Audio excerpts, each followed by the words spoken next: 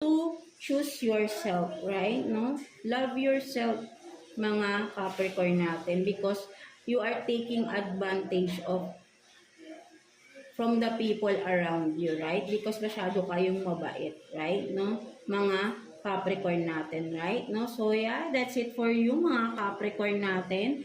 Overall, no, mga earth signs, Taurus, Virgo, and Capricorn. So maraming salamat sa pag-tune in again sa ating sa inyong reading today, no, mga Capricorn natin. And of course, this is a timeless.